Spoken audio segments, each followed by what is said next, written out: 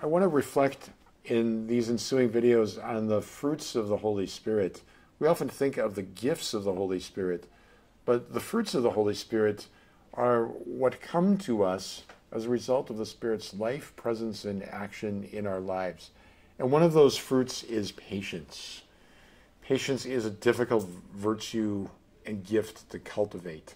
We don't want to wait for anything. Even if we have to wait for a second for our computer to boot, or we have to wait in line, we can become very impatient. And yet, when I'm tempted to be impatient with God, with others, with myself, I try to think about how patient God is with me.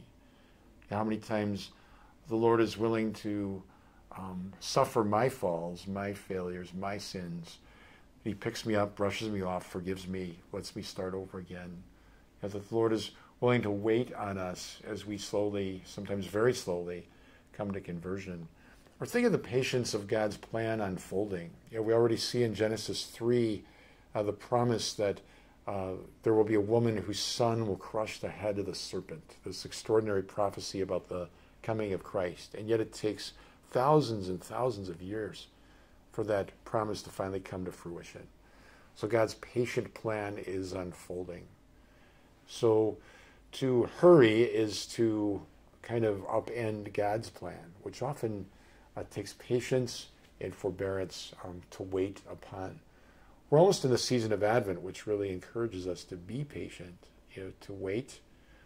Sometimes we think that waiting is passive, we're just sitting around doing nothing.